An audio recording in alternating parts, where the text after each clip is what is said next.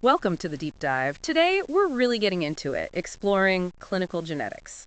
It's a field that's just fundamentally reshaping how we understand health, disease, everything, really. It's the genomic era. Absolutely. The impact is, well, it's huge. And our mission today, we want to give you that direct path to truly mastering this information, understanding it, like the elite professionals who work with this stuff every single day. Exactly. We've looked at some really comprehensive medical texts on clinical genetics. Yeah. The idea is to give you a genuine shortcut to being properly informed, not just about the data itself, but how you can actually apply it safely for patients and see how healthcare is transforming right now. So what's the plan? What are we covering? Well, we'll kick off with the absolute basics: DNA, genes, cells, the real blueprint of life. Okay, the fundamentals. Then we'll look at how variations, changes in that blueprint actually happen, and crucially, how those changes can lead to disease. Right, and then the tools, the technology. Precisely. We'll explore those powerful, cutting-edge technologies that let us actually look at the genome, interrogate it, find those variations. And finally, bring it all back to the clinic. Yes. Connect it all to the real world. How are these breakthroughs being used today in healthcare? And importantly, we'll tackle some of the, really fascinating, sometimes tricky ethical questions that this powerful knowledge throws up. Sounds like a packed journey. Should be some real aha moments along the way. Definitely. We're going deep. Okay, section 1. The fundamental principles. The blueprint of life. Let's start right at the beginning. DNA, chromatin, chromosomes. What exactly are genes, and how is all this information packed so tightly? Okay, so genes are basically the functional units of heredity, right? Yeah. They're encoded in this molecule, double-stranded deoxyribonucleic acid, DNA. Which is mostly in the nucleus of our cells. Pretty much all of them, yeah. Mostly in the nucleus. Mature red blood cells are an exception. They don't have a nucleus. And DNA has that famous structure, the double helix, the twisted ladder. That's the one. It's a double helix structure. Two complementary strands twist around each other. The rungs of the ladder are made from 4 chemical bases: adenine, or A, cytosine C, thymine T, and guanine G. And the pairing is specific, right? That's crucial. Absolutely crucial. Cytosine always bonds with guanine, Wow. CG, and adenine always pairs with thymine, AT. This specific complementary pairing isn't just, neat structurally. It's the absolute foundation for how DNA replicates itself so faithfully. Making copies. Exactly, making almost perfect copies every time a cell divides. And that same elegant idea where one strand acts as a template for the other, well, that's the basis for loads of the genomic technologies we now use to actually read the genome. It really is elegant. But okay, if the copying is so precise, how do we get variation? And just how much DNA are we talking about fitting into one tiny cell? It's vast. A single copy of the human genome is about 3.1 billion base pairs. Billion with a B. Wow, how does it even... It's an incredible organization. That's where packaging comes in. The DNA strand isn't just floating around. It's wound very intricately around proteins called histones. Like tiny spools for thread. That's a great analogy. Yeah, the DNA wraps around these histone proteins. The basic unit is called a nucleosome. That's about 147 base pairs of DNA wrapped around a core of 4 different histone types. And these nucleosomes string together. Like beads on a string, yeah. They form chromatin. And this chromatin isn't uniform. It exists in different states. Which tells us about gene activity. It does. When chromatin is tightly wound, densely packed, we call it heterochromatin. Genes in this state are generally switched off, transcriptionally silent. Okay. But then you have euchromata, which is more open, less tightly wound. And that's where genes are active, accessible to the cell's machinery to be read. It's a key way the cell controls which genes are on or off. And this chromatin is packed even further into chromosomes, the things we can actually see. Yeah. Exactly. Into chromosomes. Humans are diploid, meaning we have 2 copies of the genome organized into 23 pairs of chromosomes. That's our karyotype. Right. Chromosomes 1 to 22 are the autosomes, pretty much identical pairs. The 23rd pair determines sex. Females have 2 X chromosomes, so 46XX. Males have an X and a Y, so 46XY. It's just an amazing feat of biological packaging. Absolutely astonishing. So, okay, the DNA is packed. How does the information actually get turned into proteins and other functional molecules? This is the central dogma, right? Right, the central dogma of molecular biology. It's the foundational concept describing that basic flow. DNA to RNA, and then RNA to protein. So, transcription, splicing, translation? Exactly. Transcription is DNA to RNA. Splicing processes the RNA. Translation uses RNA to build the protein chain. And then there's often protein modification afterwards. But you hear it's an oversimplification, that it's more nuanced now. That's a really important point for, truly mastering this. It is a useful framework, the central dogma. But we now know it's definitely an oversimplification. A single gene doesn't just make one protein. Oh, okay. So one gene can lead to multiple different proteins. Yes, many different proteins, potentially. And that flexibility is absolutely key to the complexity of life. It helps explain how we get so much functional diversity from a relatively limited number of genes. That's fascinating. So complexity comes from how genes are used and edited, not just how many there are. Okay, let's break down that first step, transcription. DNA to messenger RNA. Okay.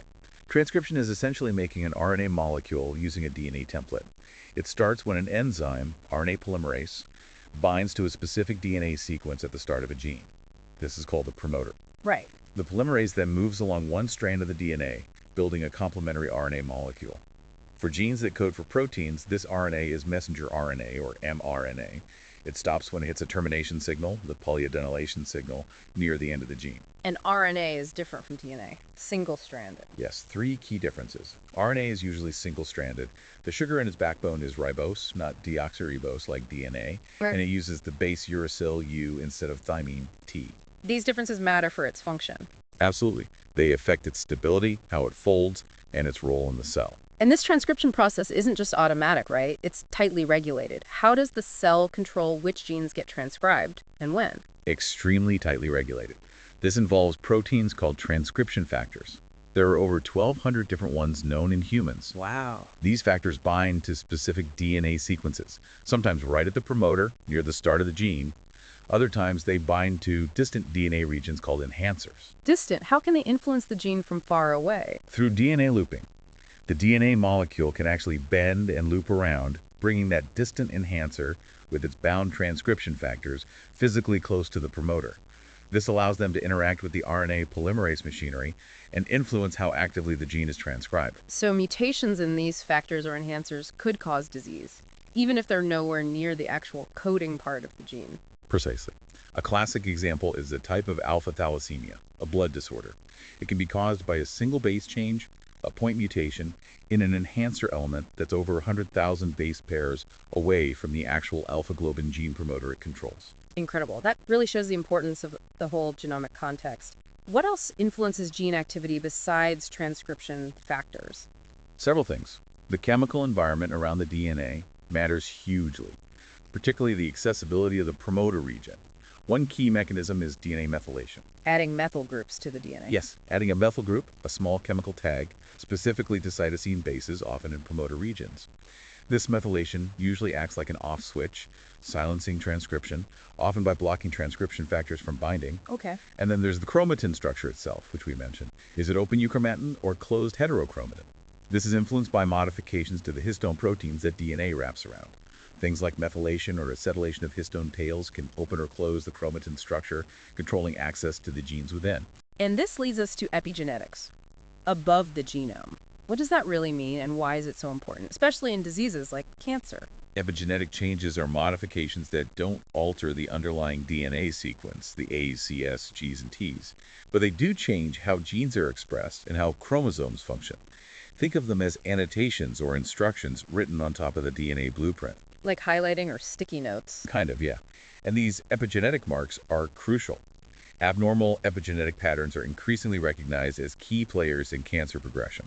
For example, they can wrongly switch on genes that should be silent, leading to uncontrolled cell growth, or switch off genes that normally suppress tumors. So if these epigenetic marks can go wrong, can we also target them for treatment? Yes, and that's a really exciting area. There are drugs being developed and used that target these epigenetic mechanisms. For example, vorinostat is a histone deacetylase inhibitor. It's used for cutaneous T-cell lymphoma. It essentially works by removing some of those off marks, reactivating genes that promote normal cell differentiation and halting tumor growth. Yep. It shows that epigenetics isn't just descriptive, it's potentially druggable. Okay, so after transcription, we have this initial RNA copy, but it's not quite ready for prime time. What's RNA splicing about? Right, that first RNA molecule, the primary transcript, is a copy of the whole gene, including both the protein coding bits called exons and the non-coding intervening bits called introns. So splicing is like editing out the introns. Exactly. Splicing removes the introns and joins the exons together precisely. This editing job is done by a complex molecular machine called the spliceosome. A very precise editor. Has to be. Once spliced, the mature mRNA molecule is ready to be exported from the nucleus to where proteins are made. But here's another layer of complexity and efficiency. Alternative splicing. Yes.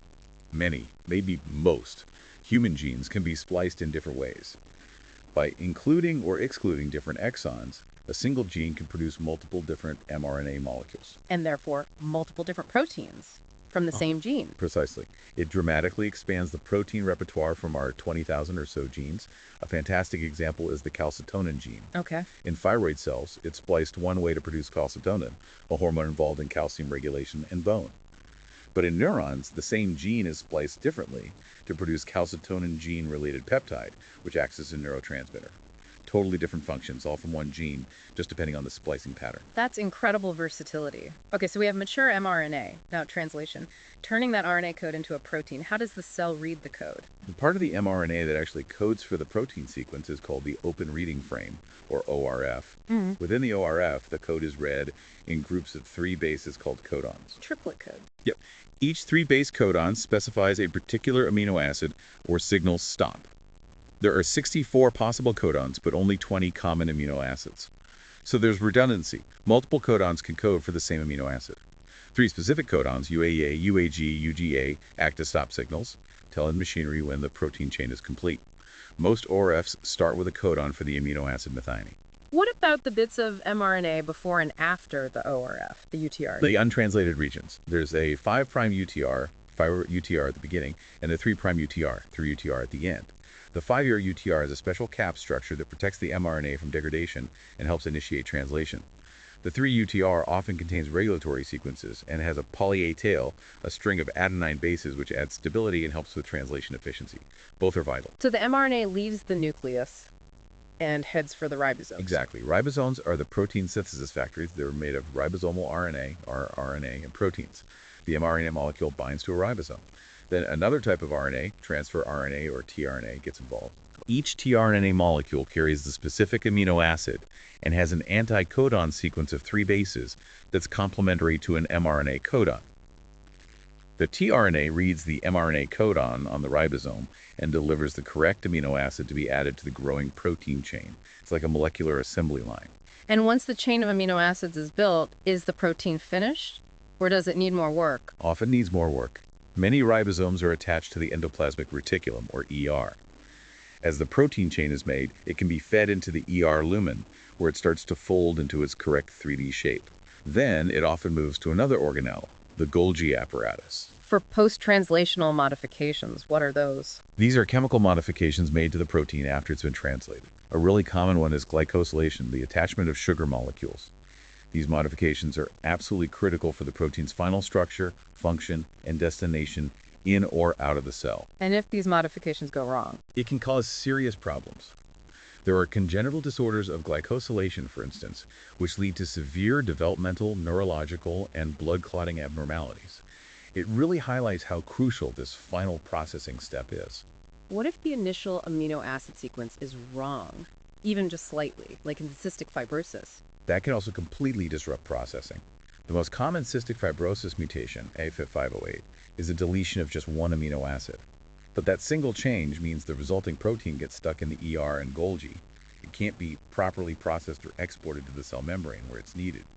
So a tiny blueprint error leads to a major functional deficit. We focused a lot on protein coding genes, but you mentioned non-coding RNA earlier. What's that all about? Right, it's a huge and important part of the genome that we're still learning a lot about. Around 4,500 human genes don't code for proteins at all. They encode non-coding RNAs or ncRNAs. Like tRNA and RNA that we just mentioned. Yes, those are key examples involved in translation. But there are others, like ribozymes, which are catalytic RNAs, and a really important class called microRNAs or miRNAs. MicroRNAs. They seem to come up a lot in research. What do they do? There are over 1,000 known miRNAs. They play a really critical role in regulating gene expression after transcription. They typically bind to messenger RNAs, often in the 3' or TR region. And what does that binding achieve? It usually leads to the target mRNA being degraded, or it blocks translation. Effectively, miRNAs act like dimmer switches. fine-tuning the amount of protein produced from specific genes. They can silence gene expression very effectively. So they add another layer of control. A massive layer. It's estimated that mRNAs regulate the expression of maybe over half of all human genes. They're vital for normal development, and they're also implicated in cancer and degenerative diseases. It's a huge area of research right now, looking for ways to potentially target mRNAs therapeutically. Okay, let's zoom out from the molecules to the cells themselves. Cells divide, differentiate, move. What's the cell cycle and the main types of cell division? The cell cycle is this highly regulated sequence of events leading to cell division. It's triggered by signals like hormones or growth factors. For most body cells, the somatic cells, the division process is mitosis. Which produces two identical daughter cells. Exactly, two diploid daughter cells, genetically identical to the parent cell. This is for growth, repair, replacing old cells. And the other type is for reproduction, gametes. Right. Sperm and egg cells, the germline, undergo a special type of division called meiosis. This results in 4 haploid daughter cells, each with half the number of chromosomes. Let's start with mitosis. Can you walk us through the stages? Sure. A cell not actively dividing is in G0, a resting state. When it gets the signal to divide, it enters interphase. This has 3 parts. G1, where it grows and makes components. S phase, S for synthesis, where it duplicates its DNA, creating identical sister chromatids for each chromosome. And G2, a quality control step, checking for DNA errors and repairing them. Okay, interphase is the prep phase. Then comes mitosis itself. Then M phase, mitosis. It has distinct stages. Prophase, chromosomes condense, become visible, nuclear membrane breaks down. Metaphase, chromosomes line up neatly in the middle at the cell equator. Anaphase, the sister chromatids are pulled apart to opposite ends of the cell by spindle fibers. And telophase, new nuclear membranes form around the separated chromosomes. The cell divides down the middle, forming 2 identical daughter cells, each with 46 chromosomes. And this is tightly controlled checkpoint. Extremely tightly controlled. There are critical checkpoints, like one just before mitosis, the G2M checkpoint, that ensures DNA replication and repair are complete. If these controls fail, cells can divide uncontrollably. That loss of control is a fundamental aspect of cancer development. So that's mitosis. How does meiosis for sperm and eggs differ? And how does it generate genetic diversity? Meiosis is quite different. First, it involves 2 rounds of division, meiosis the first and meiosis the second. Second, the goal is to have the chromosome number from diploid 46 to haploid 23. This ensures that when sperm meets egg, the resulting zygote has the correct 46 chromosomes. The reduction happens at the end of meiosis the second. And the diversity part. That comes mainly from recombination, or crossing over. During meiosis the first, specifically in prophase A, homologous chromosomes pair up. These pairs then actually swap segments of DNA. So maternal and paternal chromosomes exchange bits. Exactly. The chromosome you pass on to your child isn't purely the one you got from your mother or your father. It's a mosaic, a mix of both. This shuffling generates huge genetic diversity in the sperm and eggs. Now, the timing of meiosis is drastically different between males and females, right? And that has clinical importance. Hugely different, and yes, major clinical relevance. In females, meiosis actually starts during fetal development, but then it pauses. It only completes meiosis just before ovulation, and meiosis the second only after fertilization. This means an egg cell might be stuck in meiosis for decades, potentially over 40 years. Wow. And that long pause is linked to problems. It is. As women age, the machinery for separating chromosomes accurately in meiosis the second seems to become less efficient. This leads to a higher risk of non-disjunction chromosomes failing to separate properly. That's the primary reason why the risk of having a child with a trisomy, like Down syndrome, trisomy 21, increases significantly with maternal age. And in males. It's completely different. Meiosis doesn't start until puberty, but then it happens continuously throughout adult life, and the whole process only takes a matter of days. That's a stark difference. Okay, switching gears from cell division to cell death. Cells don't live forever. What's the Hayflick limit? Most normal human cells, apart from stem cells, can only divide a limited number of times. This is the Hayflick limit. After reaching this limit, they enter a state called senescence.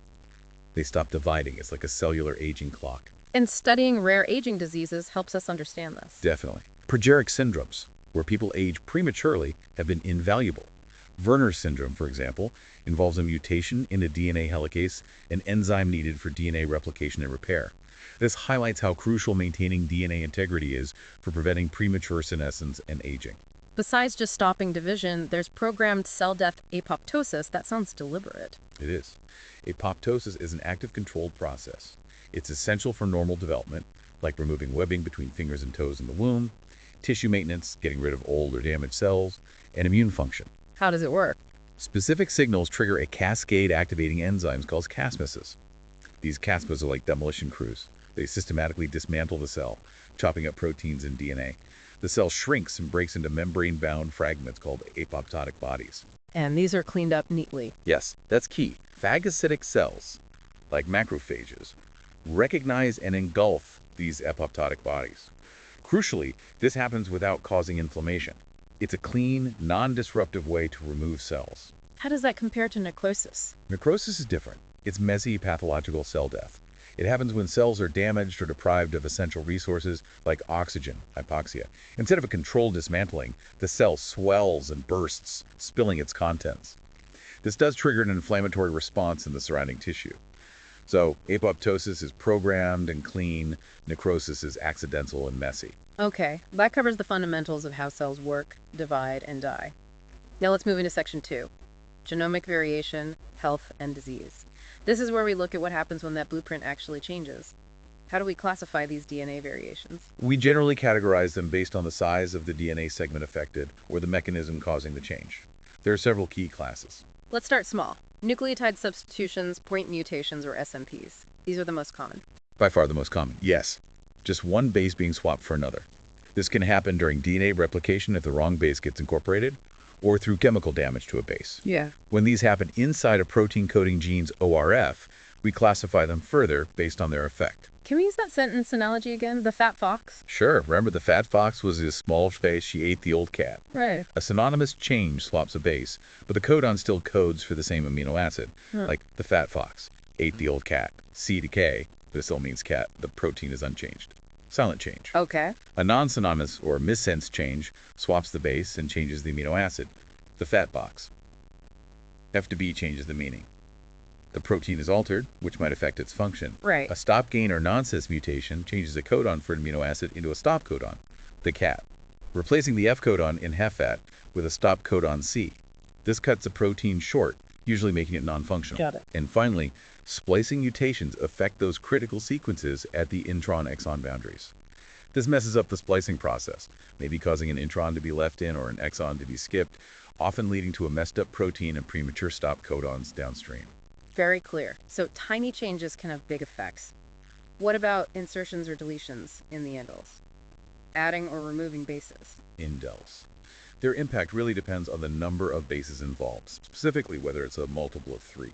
If you insert or delete, say, 3, 6, or 9 bases within the ORF, it's in frame. Meaning the reading frame stays intact. Exactly. You add or remove some amino acid, but the rest of the protein sequence downstream is read correctly. Like the fat fox was ill co she ate. Adding ill keeps the rest readable. It might still affect function, but often less severely. But if it's not a multiple of 3, 1 or 2 bases. That's a frame shift. That's usually catastrophic for the protein. Inserting or deleting 1 or 2 bases shifts the entire reading frame from that point onwards. All the downstream codons are read incorrectly, producing a completely different amino acid sequence, and almost always hitting a premature stop codon very quickly, like the fat fox, WA, ASI, LLC. Total scramble. Usually results in a complete loss of function. Okay, frame shifts are generally bad news. What about simple tandem repeats? Stretches of DNA that repeat over and over. These are regions with short sequences repeated multiple times, like CAG-CAG, or CTG-GTTG. They're sometimes called microsatellites or mini-satellites. Variations here involve changes in the number of repeats. How do those changes happen? It's thought to happen during meiosis, due to slippage of DNA polymerase enzyme as it copies these repetitive regions. They can expand, get longer, or contract to shorter between generations. And interestingly, the longer a repeat sequence already is, the more unstable it tends to be, making it more likely to expand further. Do these repeat variations always cause problems? Not necessarily. Many are in non-coding regions and seem harmless, but some are definitely disease-causing.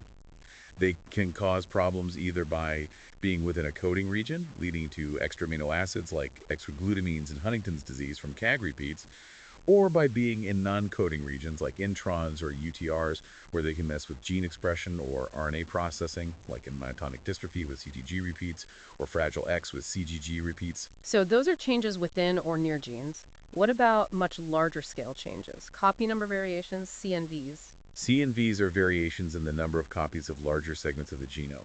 Instead of the usual 2 copies, one maternal, one paternal, someone might have 1 a deletion or 3 or more a duplication. This can even affect whole chromosomes, right? Trisomy and monosomy. Yes, that's the largest scale of CNV. Gaining a whole extra chromosome is trisomy, like trisomy 21 in Down syndrome, trisomy 18 in Edwards, trisomy 13 in Patau's. Losing a whole chromosome is monosomy. And these usually arise from errors in meiosis. Mostly from non-disjunction and meiosis, yeah. Failure of chromosomes to separate properly. Having only 1 copy of an autosome monosomy is usually lethal very early in development. But monosomy X, which causes Turner syndrome, 45X, is viable, affecting about 1 in 2,500 girls. What about large deletions or duplications that aren't whole chromosomes but big chunks? These are also significant causes of disease, often associated with learning disabilities or congenital anomalies. They can arise through a couple of mechanisms. One is non-homologous end joining. What's that? Sometimes DNA gets double-strand breaks, maybe from radiation or just errors. The cell has repair systems, but sometimes they mistakenly join broken ends together that weren't originally connected. If ends from different chromosomes get joined, that's a translocation. If ends from the same chromosome get joined incorrectly after breaks, it can lead to inversions, deletions, or duplications. And the other mechanism? Non-allelic homologous recombination. This is a common error during meiosis. The genome has many regions with highly similar repetitive sequences. Sometimes during chromosome pairing, these similar sequences on different parts of the chromosome, or on sister chromatids, misalign but still pair up because they look alike. When crossing over happens at these misaligned spots, it leads to an unequal exchange. One chromosome gets a duplication, and the other gets a corresponding deletion. And this mechanism causes known syndromes. Yes, it's responsible for many recurrent microdeletion and microduplication syndromes. Because the repetitive sequences prone to this misalignment are present in everyone, the same deletion or duplication event can happen independently in different families, leading to recognizable clinical syndromes. Can you give examples? Sure.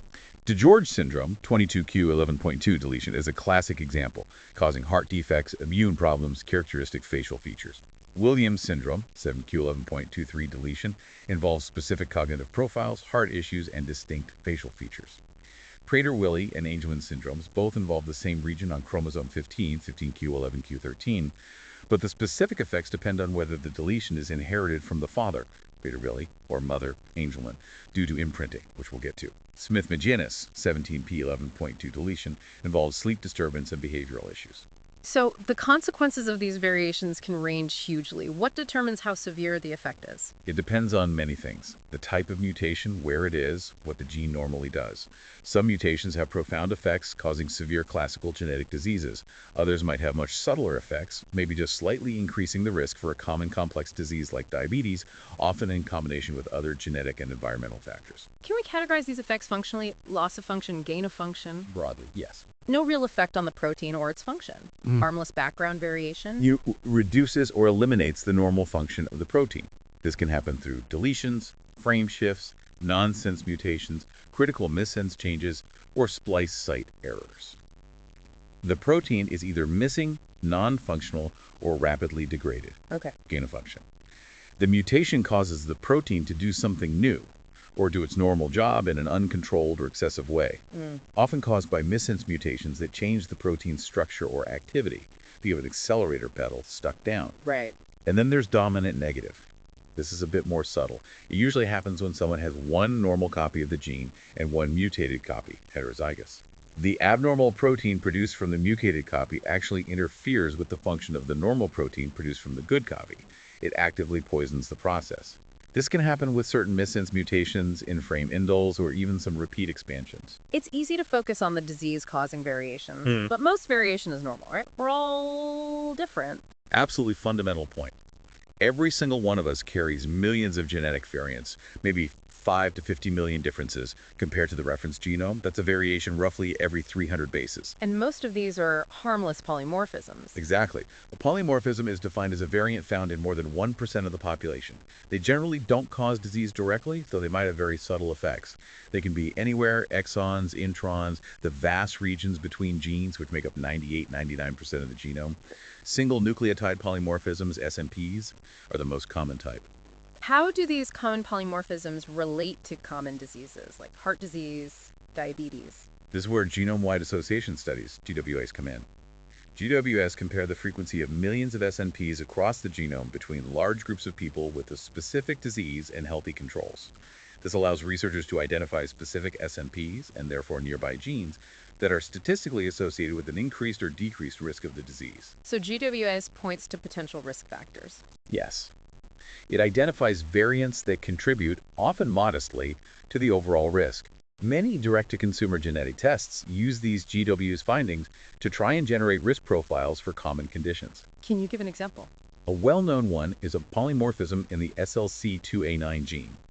Variations in this gene are associated with differences in serum urate levels in the general population, and specific variants significantly increase the risk of developing gout. But you mentioned limitations earlier. These risk scores aren't perfectly predictive. Far from it, at least currently. A major limitation is that we still only understand the role of a fraction of the SNPs involved in complex diseases. Most GWAS hits explain only a tiny percentage of the overall heritability, so current tests based on these SNPs often give an incomplete and potentially misleading picture of an individual's true genetic risk. This is crucial for anyone considering these tests. They are not crystal balls. And how does evolution play into all this variation? Advantageous versus deleterious? Variation is the raw material for evolution. Variants that give a survival or reproductive advantage tend to become more common over time, positive selection. Variants that are harmful tend to be weeded out, negative selection. But it's not always simple. A variant isn't just good or bad in isolation. Definitely not. That's a key nuance for a deeper understanding. It's often context dependent. A variant that was advantageous in the past, maybe helping survive famine or infection, might become detrimental in a modern environment, perhaps predisposing to obesity or autoimmune disease when food is plentiful and infections are different.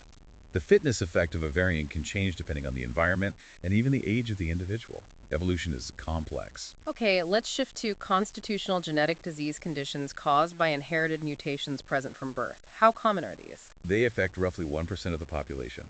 These are mutations inherited through the germline, sperm or egg, and are present in essentially every cell of the body. And the first step in figuring out the inheritance pattern is often drawing a family tree, a pedigree. Absolutely fundamental. Clinical geneticists meticulously construct a pedigree, usually going back 3 generations. They record who's affected, relationships, ages, causes of death, any miscarriages, and critically, whether the parents are related, consanguinity. Standardized symbols are used to make the pattern of inheritance visually clear. Let's walk through the main patterns, starting with autosomal dominant. What does that look like? Maybe using Lynch syndrome as an example. Okay, autosomal dominant. Imagine Anne, diagnosed with colon cancer at 46. Her mother had endometrial cancer at 60. A maternal cousin had colon cancer young. This pattern affecting multiple generations, both sexes potentially affected, though Lynch involves colon endometrial, ovarian, etc. Transmission from parent to child is typical of autosomal dominant inheritance. Lynch syndrome is caused by mutations in DNA mismatch repair genes like MSH2, MLH1, etc. Other examples include Huntington's, Marfan syndrome, neurofibromatosis type 1, ADPKD, polycystic kidney disease. Key features: vertical transmission affecting each generation. Typically, yes. Affected individuals in each generation, unless it's a de novo mutation, a new mutation in the affected person not present in their parents. Males and females are usually affected roughly equally, though the disease manifestation might differ, like hereditary breast ovarian cancer predominantly affecting women. And the risk to children of someone affected? This is crucial. It's 50%, or 1 in 2, for each child. Because the affected parent has one mutated allele and one normal one, each child has a 50-50 chance of inheriting the mutated copy. But it's not always perfectly clear-cut. Penetrance and expressivity complicate things. Yes, very important concepts. Penetrance is the likelihood that someone with the mutation will actually develop the disease. If it's 100%, it's fully penetrant. If less than 100%, it's incompletely penetrant. Some people with the mutation might stay healthy, which can make pedigrees harder to interpret. Expressivity refers to the severity or range of symptoms. People with the same mutation can have wildly different clinical pictures, from mild to severe. Both penetrance and expressivity add layers of complexity. Okay, now autosomal recessive. Here, affected individuals usually have unaffected parents who are carriers. Exactly. Think of Mr. and Mrs. Kent. They're healthy, unrelated. Their son Jamie has severe liver disease due to alpha-1 antitrypsin deficiency, PiZZ genotype. Testing shows both parents are carriers, PMZ. This is classic autosomal recessive. You need two mutated copies of the gene, one inherited from each carrier parent, to have the condition. Other examples: cystic fibrosis, sickle cell disease, hemochromatosis. So hallmarks are affected siblings, but often unaffected parents and earlier generations. Yes, it often appears out of the blue in one generation or one SIB ship. Males and females are affected equally. And because carriers are usually healthy, the mutation can be passed down silently for generations until two carriers happen to have children together. And consanguinity, parents being related, increases the risk. Significantly. If parents share recent common ancestors, they're more likely to both carry the same rare recessive mutation inherited from that ancestor. This increases the chance of having an affected child who is homozygous for the mutation. What's the recurrence risk for carrier parents? For each pregnancy, there's a 1 in 4, 25% chance the child will inherit both mutated alleles and be affected. There's a 2 in 4, 50% chance the child will be an unaffected carrier like the parents, and a 1 in 4, 25% chance the child will inherit two normal alleles and be unaffected and not a carrier. Also, among the unaffected children, 2/3 will be carriers. Let's revisit that alpha-1 antitrypsin deficiency example. It's quite common and variable. It is. It's autosomal recessive, caused by mutations in the SERPINA1 gene, common in people of European ancestry, 1 in 1,500, 3,000. Presentation varies hugely. Maybe jaundice in newborns, but more commonly lung disease, emphysema and/or liver disease, cirrhosis in adults. The protein normally protects lungs from damage by an enzyme called neutrophil elastase. And the different variants, M, S, Z, relate to protein levels and severity. Yes. The normal allele is M. The S allele, caused by one specific mutation, leads to moderately reduced levels, 40% of normal. The Z allele, a different common mutation, leads to severely reduced levels, 15%. Individuals with two Z alleles, PI-Z, have severe deficiency and highest risk of disease. PI-Z individuals, 1S, 1Z, are also at risk, particularly if they smoke, but generally less severe than PI-Z. PI-MZ carriers are usually healthy, but might have slightly increased lung disease risk if they smoke. Okay, next pattern. X-linked inheritance. Linked to the X chromosome, mostly affecting males. Correct. Let's use Duchenne muscular dystrophy, DMD, as example. Edward is diagnosed as a toddler with delayed walking. Family history reveals his mother's brother had DMD and died young. Testing finds a deletion in the dystrophin gene on Edward's X chromosome. His mother is confirmed as a carrier. This is typical X-linked recessive inheritance. Why does it primarily affect males? Because males have only one X chromosome, XY. If they inherit a mutated gene on that X, they don't have a second normal copy to compensate, so they express the disease. Females have two X chromosomes, XX. Usually if they inherit one mutated X, the normal copy on their other X is sufficient, and they are typically unaffected carriers. But you mentioned female carriers can sometimes show signs. Skewed X inactivation. Yes, this is a key point for really understanding X-linked conditions. Early in female embryonic development, one of the two X chromosomes in each cell is randomly inactivated. Usually this is roughly 50-50, half the cells use the paternal X, half use the maternal X, but sometimes by chance the inactivation can be skewed. If a carrier female happens to inactivate her normal X chromosome in a high proportion of cells in a relevant tissue, like muscle and DMD, then more cells will be relying on the X for the mutation, and she might show mild symptoms. We call these manifesting carriers. How is the gene typically passed down in X-linked recessive conditions? It's transmitted from carrier females to their sons. You often see affected males in a family linked through unaffected females, their mothers, maternal aunts, maternal grandmother. An affected male cannot pass the condition to his sons because he gives them his Y chromosome, but all of his daughters will be carriers because they must inherit his only X. What's the risk for a carrier female having children? For each pregnancy, there's a 25% chance of having an affected son, a 25% chance of having a carrier daughter, a 25% chance of an unaffected son, and a 25% chance of an unaffected non-carrier daughter. Put another way, half her sons will be affected and half her daughters will be carriers. Tell us more about DMD specifically. It's caused by mutations, often deletions, in the DMD gene, which is huge, located on the X chromosome. It codes for dystrophin, a crucial structural protein in muscle fibers. Affects about 1 in 3,500 boys. Symptoms include delayed motor milestones, muscle weakness starting in childhood, very high creatine kinase levels. Boys typically lose the ability to walk between 7 and 13. Life expectancy is reduced due to respiratory and heart problems, cardiomyopathy. In DMD, there's essentially no functional dystrophin protein. Becker muscular dystrophy is a milder form, usually caused by mutations allowing some partially functional dystrophin to be made. Okay, we've covered nuclear gene inheritance. What about mitochondrial inheritance? Mitochondria have their own DNA. They do. Mitochondria, the powerhouses of the cell making ATP energy, actually have their own small circular DNA molecule, mtDNA. It contains genes essential for the energy production machinery, the respiratory chain, plus the machinery to make those proteins within the mitochondrion itself. And this mtDNA has a high mutation rate. Relatively high, yes. Partly because it lacks the protective histone proteins found on nuclear DNA, and it's constantly exposed to damaging reactive oxygen species produced during energy generation. How do mitochondrial diseases typically present? Which tissues are most affected? Because mitochondria are all about energy, diseases caused by mtDNA mutations tend to affect tissues with the highest energy demands. Muscle, brain, especially basal ganglia, retina. But the spectrum is broad. It's also important to remember that many mitochondrial diseases are actually caused by mutations in nuclear genes that encode proteins needed by the mitochondria. So diagnosing mitochondrial disease can be complex. And the inheritance pattern is unique. Maternal inheritance. Completely unique. Mitochondrial DNA is inherited exclusively from the mother through the egg cell. Sperm mitochondria don't enter the egg at fertilization. So an affected mother passes the condition to all her children, sons and daughters. An affected father passes it to none of his children. It's purely maternal lineage transmission. Does everyone in the family get affected equally? Not necessarily. Mitochondrial diseases often show variable penetrance and expressivity. This is largely due to heteroplasmy. Each cell has many mitochondria, and each mitochondria has multiple copies of mtDNA. In someone with an mtDNA mutation, usually only a proportion of their mtDNA molecules carry the mutation. The rest are normal. The ratio of mutant to normal mtDNA can vary between tissues and between family members, and generally you need to exceed a certain threshold percentage of mutant mtDNA in a tissue for symptoms to appear.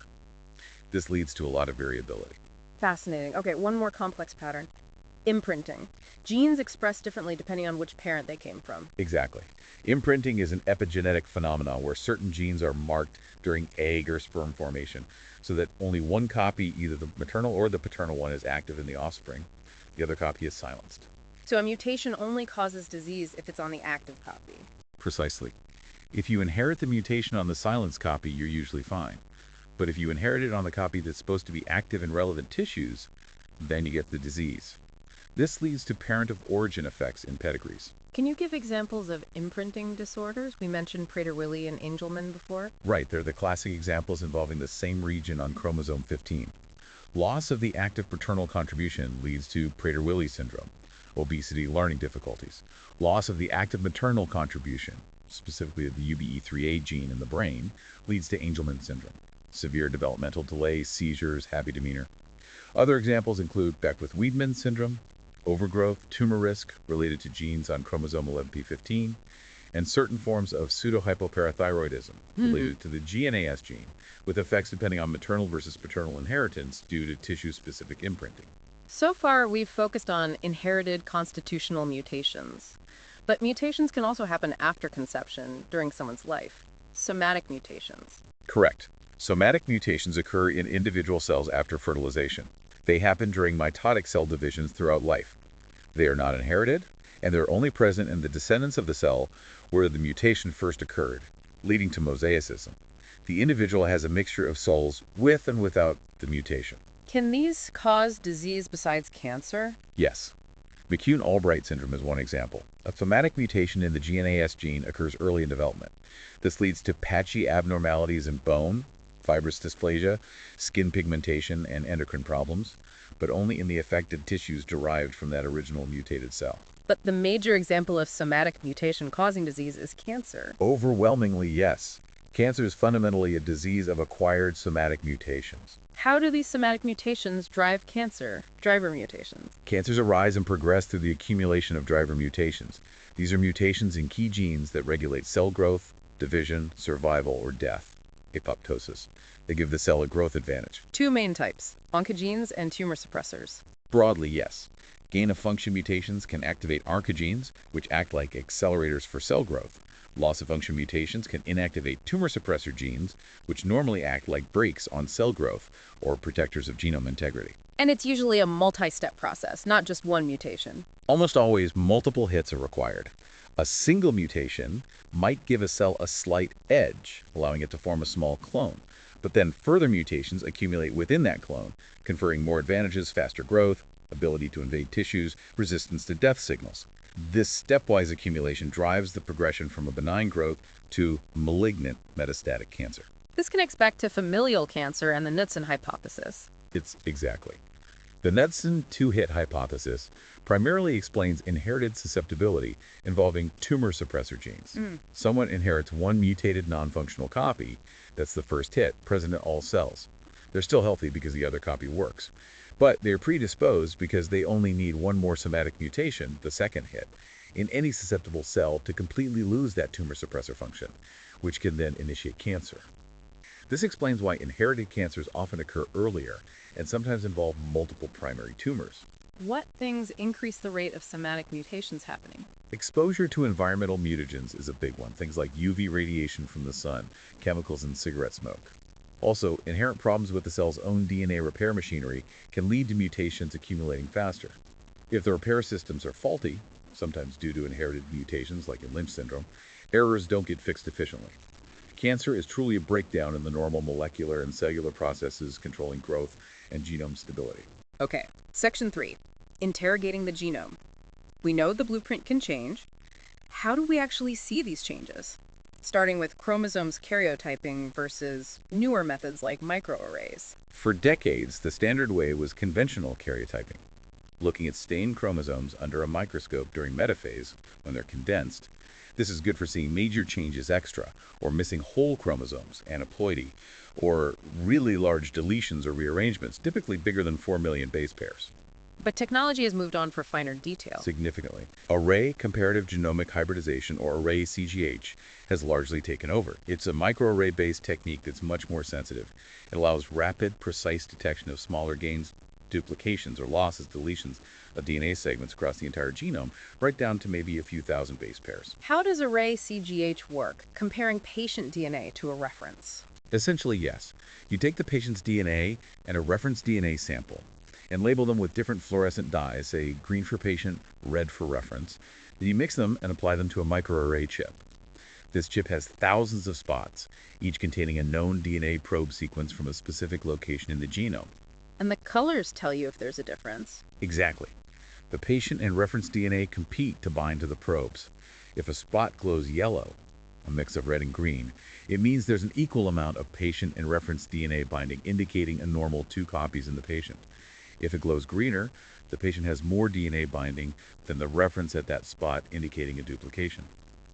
If it glows red or orange, the patient had less DNA binding, indicating a deletion, loss of 1 copy. So much higher resolution than karyotyping. Other advantages. Yes, besides detecting smaller CNVs, which are a common cause of developmental delay and congenital anomalies, arrays are generally better at detecting mosaicism, where an individual has different cell lines with different genetic makeups. Are there things arrays can't detect? Yes, important limitations.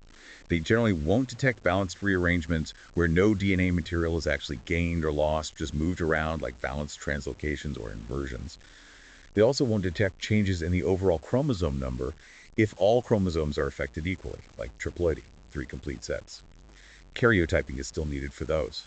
And arrays have created new interpretive challenges, variants of uncertain significance. Definitely, this is a major issue. Sometimes the array detects a CNV, a deletion, or duplication, but there isn't enough evidence in the scientific literature or databases to know for sure if that specific CNV actually causes clinical problems or is just benign variation. This is a variant of uncertain significance, or VUS.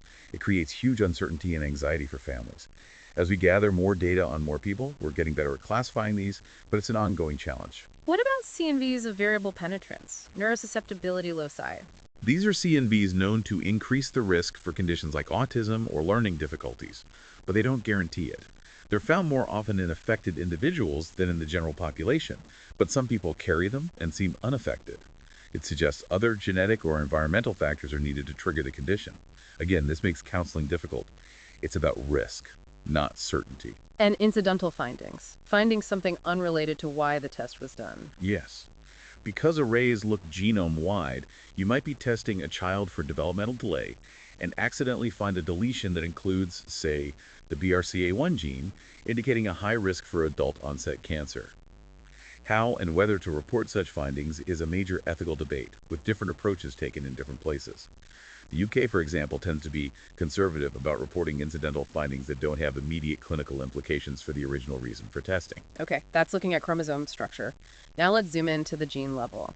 PCR polymerase chain reaction is fundamental here. Absolutely foundational. PCR is the workhorse technique for making many copies of a specific targeted DNA sequence. It's often the first step before doing DNA sequencing. How does it amplify just one specific bit of DNA? It uses repeated cycles of temperature changes thermal cycling. First, you heat the DNA sample to about 95 degrees C to separate the two strands, denaturation. Then you cool it, 50-60 degrees C, to allow short DNA sequences called primers to bind anneal to complementary sequences flanking the target region you want to copy. Then you heat it again slightly to 72 degrees C, the optimal temperature for a heat-stable DNA polymerase enzyme, like Taq polymerase, to synthesize new DNA strands, starting from the primers. And repeating this makes copies exponential. Exactly. Each cycle doubles the amount of the target DNA fragment. After 20-30 cycles, you can get millions or billions of copies from just a few starting molecules.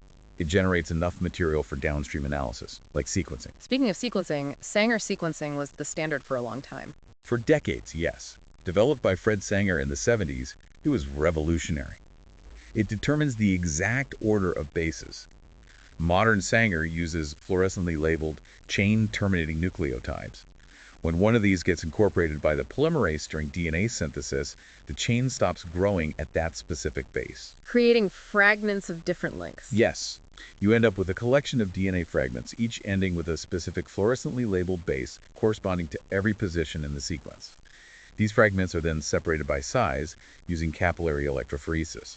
A laser detects the color of the fluorescent tag on each fragment as it passes, allowing the sequence to be read off as a chromatogram. But it was slow and expensive for large-scale projects. Hugely. The first human genome project took over a decade and billions of dollars using Sanger sequencing technology. It just wasn't scalable for routine whole genome analysis. Which led to the revolution, next-generation sequencing, NGS. Precisely. NGS, or massively parallel sequencing, changed everything. It allows us to sequence millions or even billions of DNA fragments simultaneously, in parallel. Now, sequencing a whole human genome can be done in about a day for around $1,000. It's a staggering increase in speed and decrease in cost. What are the basic steps involved in NGS, regardless of the specific machine? There are essentially 5 core principles. 1, library preparation. You take the DNA, fragment it into smaller pieces, and add specific adapter sequences onto the ends. 2, amplification. You amplify these fragments, often on a flow cell surface, creating clusters where each cluster contains many identical copies of an original fragment. Okay. 3, capture, if needed.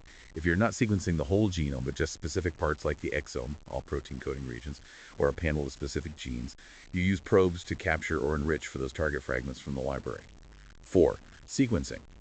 This is where the different platforms vary, but they all involve determining the base sequence of all the fragments in the clusters simultaneously. This generates millions of short sequence reads. And the final step, making sense of all those reads. 5, alignment and variant identification. Powerful bioinformatics software takes those millions of short reads and aligns them to a reference human genome sequence, like piecing together a massive jigsaw puzzle. This mapping tells you where each read came from. Then the software compares the patient's sequence reads to the reference to identify differences. These are the variants, SNPs, indels, etc. How do you know if a variant call is reliable? Read depth. Yes, read depth or coverage is key. It's the number of choosing the right strategy depends on the clinical question. WGS sequences everything, coding and non-coding. Most comprehensive, best for finding novel mutations anywhere, good for detecting large structural variants. But it's expensive, generates vast amounts of data, much of it hard to interpret, especially non-coding variants, higher chance of incidental findings, and sometimes the coverage isn't as deep across the board. Okay. WES focuses just on the protein coding bits. WES targets just the exome, about 1-2% of the genome. It's cheaper than WGS, focuses on the functionally best understood regions, generates fewer variants of uncertain significance, and often achieves higher depth within the exons, which is good for detecting mosaicism there. Downsides. Misses mutations outside exons, in introns, regulatory regions. The coverage can be uneven due to the capture step, still a risk of incidental findings. And gene panels. Very targeted. Gene panel sequence only a specific set of genes known to be associated with a particular condition. For example, a panel for epilepsy or hereditary cancer. Most cost-effective, usually achieves very high depth. excellent for mosaicism within those genes. Easiest interpretation is you find fewer variants overall, higher chance that a found variant is relevant. Main limitation: you only see variants in the genes on the panel. You'll miss mutations in other genes, even if they could cause the same symptoms. And adding new genes to panels can be slow. There are also different underlying NGS chemistries, right? Illumina, solid, ion torrent. Briefly, how do they differ? Yeah, the sequencing part itself varies. Illumina's sequencing by synthesis is most common. It uses fluorescently tagged nucleotides that are reversible terminators. Add one base, detect its color, cleave off the tag and terminator, add the next base. Cycle repeats. Sequencing by ligation, solid, uses DNA ligase and short fluorescent probes to identify bases sequentially. Ion semiconductor sequencing, ion torrent, detects the tiny pH change, hydrogen ion release, that happens when a DNA polymerase incorporates a nucleotide. No optics involved, it's electronic detection. These powerful technologies must come with huge challenges too. Data storage. Massive challenges. Yeah. Data storage is enormous. A single human genome sequence with all the raw reads and analysis files can easily run into hundreds of gigabytes or even terabytes. Multiply that by thousands of patients. You need huge computing infrastructure. And interpretation. Finding the needle in the variant haystack. That's the biggest bottleneck. You get millions of variants per person compared to the reference. Most are benign polymorphisms. Finding the one or two that are actually causing the disease requires sophisticated bioinformatics pipelines, filtering strategies, access to databases, and ultimately, expert human interpretation in the clinical context. It's complex and still evolving. Which leads back to VUS variants of uncertain significance. Exactly. Even after filtering, you're often left with variants where the evidence is ambiguous. Is this rare missense change damaging or benign? We just don't have enough data yet. Dealing with VUS is a major part of modern clinical genetics, requiring careful communication about uncertainty. And incidental findings again. Inevitable with WGS and WES. You might be looking for the cause of a child's epilepsy, but find a variant indicating high risk for early onset Alzheimer's or cancer. Policies on how to handle these secondary findings are still being developed and debated globally. Are there still things current NGS struggles with? Technical limitations? Yes. While improving, detecting large structural variants, big deletions, duplications, rearrangements, purely from short reads can still be challenging compared to arrays. Also, standard NGS doesn't typically detect epigenetic changes like abnormal methylation causing imprinting disorders, Prader-Willi, etc. And crucially, it's generally poor in detecting expansions of triplet repeats, like those causing Huntington's, Fragile X, or myotonic dystrophy. These still require specific separate tests. So what's next? Third generation sequencing. Long reads. Yes, that's the cutting edge now. Technologies like Pacific Biosciences, PacBio, SMRT sequencing, and Oxford Nanopore sequencing. These are often called long reads or a single molecule sequencing. How do they work differently? No amplification clusters. Correct. They sequence single, long DNA molecules directly without needing to amplify them first. PacBio SMRT, for example, watches a single polymerase enzyme incorporating fluorescently labeled bases into a single DNA strand in real time. Oxford Nanopore passes single DNA strands through tiny protein pores, nanopores, and detects changes in electrical current as each base goes through. What are the advantages of these long reads? The biggest advantage is the read length, tens or even hundreds of thousands of bases, compared to hundreds with standard NGS. These long reads are much better at spanning complex regions of the genome, resolving large structural variants, phasing variants, knowing which variants are on the same chromosome copy, and detecting things like repeat expansions that short reads struggle with. They also offer potential for detecting epigenetic modifications, like methylation, directly on the DNA molecule. So, likely to become more important in the future. Very likely. As the accuracy improves and cost comes down, long-read sequencing is poised to complement and potentially supersede short-read NGS for many applications, especially in diagnostics where resolving complex variation is key. All right, section 4. Genomics and clinical practice and ethical considerations. Let's connect all this science and tech to the patient. How is genomics changing care, starting with rare neurodevelopmental disorders? This is an area where NGS has had a massive impact. Individually, these disorders are rare, but collectively they affect many children and families. Before NGS, getting a diagnosis was often a long, frustrating diagnostic odyssey, involving multiple tests, specialists, often with no answer. And NGS changed that. Gene panels, exomes. Dramatically. Now, instead of testing genes one by one based on suspicion, we can test hundreds or thousands simultaneously using panels or exome sequencing. This has significantly boosted the diagnostic yield. The chance of finding a genetic cause often up to 30–40% or even higher in some studies for children with unexplained developmental delay or intellectual disability. What does getting that diagnosis mean for families? It can be transformative. It provides an answer and explanation which can be incredibly valuable psychologically.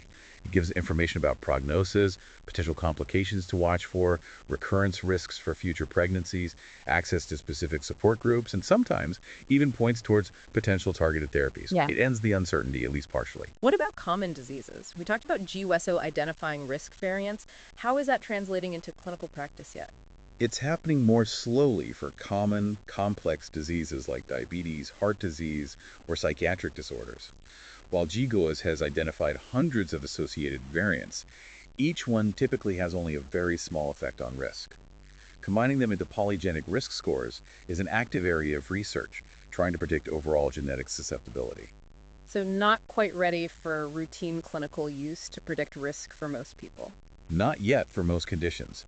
The predicting accuracy of polygenic risk scores is still limited for the general population, though they might become useful for stratifying risk in specific contexts or identifying individuals at very high genetic risk who might benefit from earlier screening or preventative measures. But we're not at a point where we can reliably tell most people their precise genetic risk for common diseases based on current knowledge. And the interplay with lifestyle and environment is huge. Okay, let's talk about obstetrics. Prenatal genetic testing. Why is it done, and how has it evolved from invasive procedures? It's offered when there's an increased risk of a genetic condition in the fetus, maybe due to maternal age, family history, or concerning findings on ultrasound or biochemical screening tests.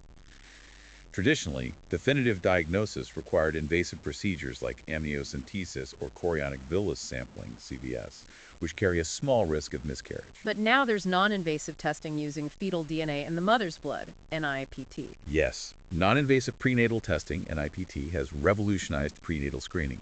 It analyzes cell-free fetal DNA, CFF-DNA, which comes from the placenta and circulates in the mother's bloodstream from early pregnancy, usually testable from 9–10 weeks. What can NIPT screen for? It's primarily used to screen for the common chromosomal trisomies: trisomy 21, Down syndrome; trisomy 18, Edwards syndrome; and trisomy 13, Patau syndrome. It does this by using NGS to effectively count the proportion of DNA fragments coming from those specific chromosomes. An increased proportion suggests a trisomy. How accurate is it, and what about false positives, negatives? It's highly accurate as a screening test, much better than traditional biochemical screening, with detection rates around 98–99% for Down syndrome and very low false positive rates. However, it's not diagnostic. False negatives can happen if there's too little fetal DNA, or mosaicism confined to the fetus. False positives can occur due to confined placental mosaicism, the abnormality is only in the placenta, not the fetus, or even maternal factors. So a positive NIPT result always needs to be confirmed with a diagnostic invasive test like amnio or CVS before making decisions about the pregnancy. Can non-invasive methods look for specific gene mutations too?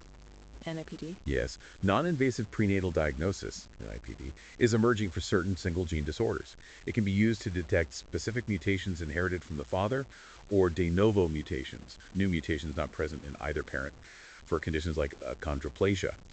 It's also being used for some autosomal recessive conditions like cystic fibrosis to check if the fetus inherited the known paternal mutation.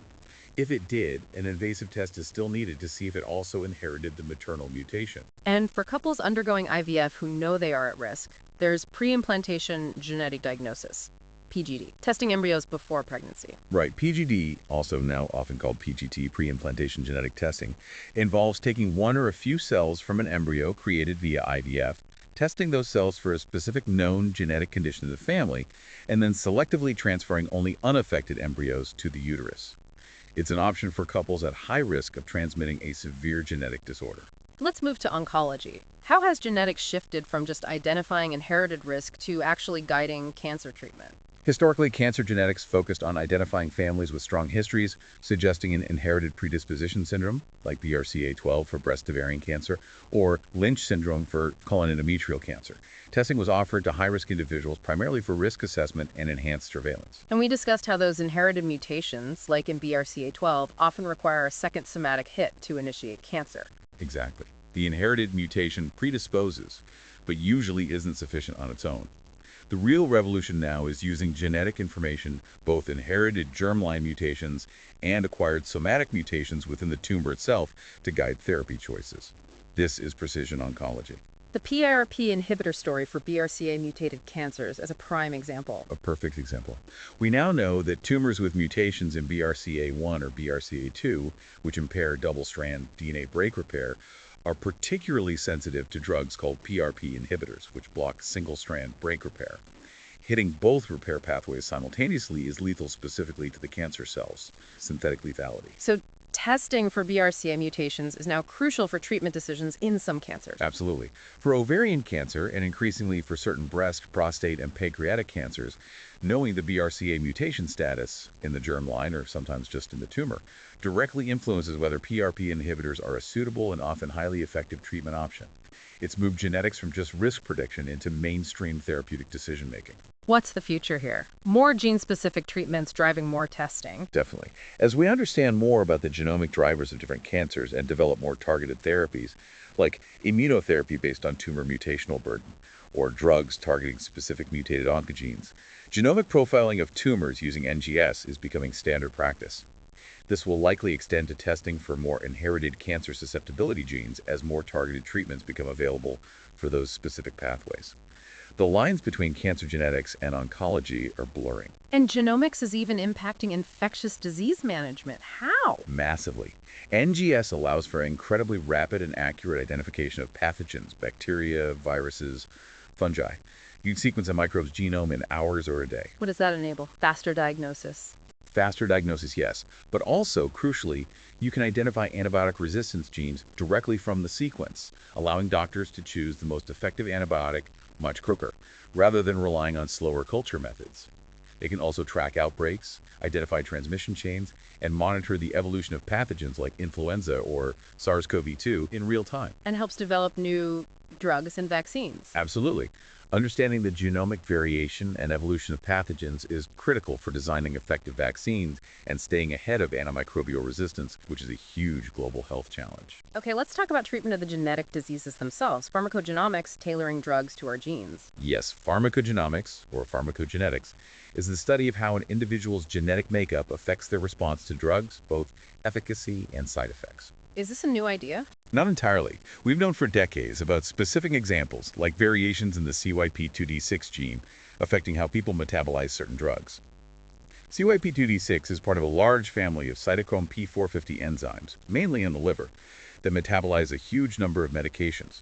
Genetic variations in these enzymes can make someone a poor metabolizer, drug builds up, causing toxicity, or an ultra-rapid metabolizer, drug cleared too quickly, no effect. So genetic testing could predict response and optimal dose. That's the goal of personalized medicine. By testing for relevant pharmacogenomic variants, we could potentially predict who will respond well to a drug, who will have side effects, and what the optimal dose might be for that individual. Is this happening routinely now? It's starting to. A good example is testing for variants in the TPMT gene before starting drugs like azathioprine, used for autoimmune disease, transplants, some cancers. People with certain TPMT variants have very low enzyme activity and can suffer severe toxicity from standard doses. Testing allows dose adjustment for these individuals, making the drug much safer. As NGS costs fall, we expect much more routine pharmacogenomic testing to guide prescribing in the future. What about actually fixing the gene itself, gene therapy and genome editing? This has been the dream for a long time, but it's been challenging. There have been successes, like using modified viruses to deliver a correct copy of a gene into bone marrow cells ex vivo outside the body to treat some severe combined immunodeficiencies, SCID. But also setbacks, safety issues. Yes, early trials faced major hurdles, including the viral vector integrating into the genome and causing cancer in some patients, or triggering severe immune reactions. Newer vectors and approaches are safer, but delivering genes efficiently and specifically to the right tissues in vivo, inside the body, remains a challenge. Are there other approaches besides delivering whole genes? Yes. For example, drugs like PDC-124 atalurin are designed to make ribosomes read through premature stop codons caused by nonsense mutations, allowing a full-length, though perhaps slightly altered protein to be made. This could potentially treat any disease caused by this type of mutation. And CRISPR-Cas9, the gene editing tool. CRISPR-Cas9 has been revolutionary. It's a much more precise, efficient, and relatively easy-to-use tool for making specific changes to DNA sequences, correcting mutations, deleting faulty genes, inserting new ones. Ex vivo applications like correcting the sickle cell mutation in a patient's own blood stem cells in the lab and then transplanting them back are already in advanced clinical trials and showing great promise. In vivo editing directly in the body is more complex and further off for most applications, but the potential is enormous. What about stem cells? Induced pluripotent stem cells, iPS cells. Bone marrow transplant is essentially an adult stem cell therapy we've used for decades. The excitement now is around identifying and using stem cells from other tissues, and particularly iPS cells. These are created by reprogramming ordinary adult cells, like skin cells, back into a pluripotent state similar to embryonic stem cells, meaning they can then be differentiated into almost any cell type. For regenerative medicine, growing replacement tissues. That's a major goal. Using iPS cells derived from a patient could allow us to grow replacement cells or tissues, like neurons, heart muscle cells, liver cells, that wouldn't be rejected by their immune system. It's also incredibly valuable for creating disease in a dish models, studying disease processes, and testing drugs on patient-specific cells in the lab. And finally, pathway medicine, targeting the downstream effects. Yes. Instead of fixing the gene, you target the biological pathway that's disrupted by the faulty gene product. This requires a deep understanding of the disease mechanism. Like the Marfan syndrome example. Exactly. In Marfan, the defective fibrillin protein leads to overactive TGF-beta signaling in the aorta, causing weakness. The drug losartan, an existing blood pressure medication, happens to also dampen TGF-beta signaling. Clinical trials suggest it can help slow aortic enlargement in Marfan patients. It's about finding ways to intervene in the downstream consequences of the genetic defect, often by repurposing existing drugs based on new understanding of pathways. This brings us to the huge ethical considerations surrounding all this power. What's the clinician's responsibility here? It's critical. As these technologies become more common, clinicians in all fields need to understand the implications, the potential benefits, the limitations, the uncertainties, and the ethical complexities. They need to ask not just, can we test, but should we test? And what are the potential consequences for this individual and their family? Let's use that scenario. The pregnant woman whose mother found a BRCA2 mutation via direct-to-consumer testing with no family history. What issues arise? Several immediate ethical red flags. First, pre-symptomatic testing. Testing the pregnant woman, who is currently unaffected, has implications not just for her, but also for her identical twin sister. They share the same genes. Informed consent needs careful handling, potentially involving both twins. What about testing her child, if she has one already? Predictive testing in childhood. This raises the issue of testing minors for adult-onset conditions. The general consensus in clinical genetics is strongly against this if there's no medical benefit or intervention possible during childhood. The principle is to preserve the child's future autonomy, their right to decide for themselves whether or not to have predictive testing once they're adults. Does that principle extend to prenatal testing for adult-onset conditions? Largely, yes. If the parents intend to continue the pregnancy regardless, then testing the fetus for an adult-onset condition like Huntington's or hereditary breast cancer predisposition is generally discouraged for the same reasons protecting the future child's autonomy. Of course, the situation is different if the result might influence decisions about terminating the pregnancy, which itself raises profound ethical debate about what conditions warrant prenatal diagnosis and potential termination. There are no easy answers here. And the direct-to-consumer DCT aspect itself, the mother doing it for fun. DCT raises significant concerns. While potentially empowering for some, it often lacks adequate genetic counseling. Receiving life-changing information like a BRCA mutation result without professional support to understand its implications, the uncertainties, the management options, and the impact on family members is highly problematic. Accuracy is also an issue with some DCT tests. Yes. Many DCT tests use SNP-based risk scores for common diseases, which, as we discussed, are often inaccurate or incomplete. Even for single-gene tests, they might only test for a few specific common mutations, like founder mutations, and miss other rarer mutations in the same gene, potentially giving false reassurance. Relying on DCT results without clinical correlation and proper counseling can lead to inappropriate medical decisions or anxiety.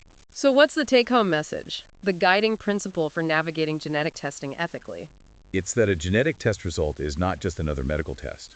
It provides information that is permanent, personal, potentially predictive, and has implications not just for the individual, but often for their entire family. Therefore, the decision to undergo genetic testing, especially predictive testing, or testing with significant implications, should ideally be an informed choice made by a competent adult after thorough counseling from an appropriately trained professional who can explain the benefits, limitations, risks, uncertainties, and potential familial consequences. It's about responsible use of powerful information. What an incredibly detailed journey. We really started from the absolute basics of DNA and cells, that fundamental blueprint. How it's packaged, how it's read, the central dogma and its nuances. Then we really unpacked the huge variety of genetic changes, from tiny SNPs and indels to massive chromosomal rearrangements and copy number variations. And importantly, how those different types of variation can lead to disease, covering loss of function, gain of function, dominant negative effects. And distinguishing that from normal variation, polymorphisms, and how that relates to evolution and common disease risk, albeit with caveats. Right. Then we looked at the inheritance patterns, dominant, recessive, X-linked, mitochondrial, imprint, using real clinical examples to see how these play out in families. Contrasting inherited constitutional disease with acquired somatic mutations, especially the role they play in cancer development. Then we switched to the technologies, how we actually see these changes, from karyotypes to the power of arrays for CNVs. And then the sequencing revolution, PCR, Sanger, and the explosion of NGS, comparing WGS, WEES panels. Understanding the principles, but also the crucial challenges. Data overload, interpretation bottlenecks, VUS, incidental findings, and the technical limitations that still exist. Before looking ahead to third generation, long-read sequencing and its potential. And finally, bringing it all together in clinical practice. The impact on diagnosing rare diseases, understanding common ones, prenatal testing, the transformation of oncology with targeted therapies. Even infectious disease. And then exploring the emerging treatments, pharmacogenomics, gene therapy advances like CRISPR, stem cells, pathway medicine. Culminating in that crucial discussion of the ethical landscape, predictive testing, testing minors, DCT, the need for informed consent in counseling. It really underscores the responsibility that comes with this knowledge. We are truly living in the genomic era. These aren't just future concepts, they're impacting healthcare profoundly right now. Hopefully this deep dive has given you, our listeners, those aha moments and a solid grasp of these complex topics, helping you master this information. Absolutely. It's a field moving at incredible speed. Which leaves us with a final thought. As our ability to not just read, but increasingly edit the human genome continues to advance so rapidly, how might this mastery reshape not only health and disease, but perhaps our very understanding of what it means to be human in the coming decades? Something to think about.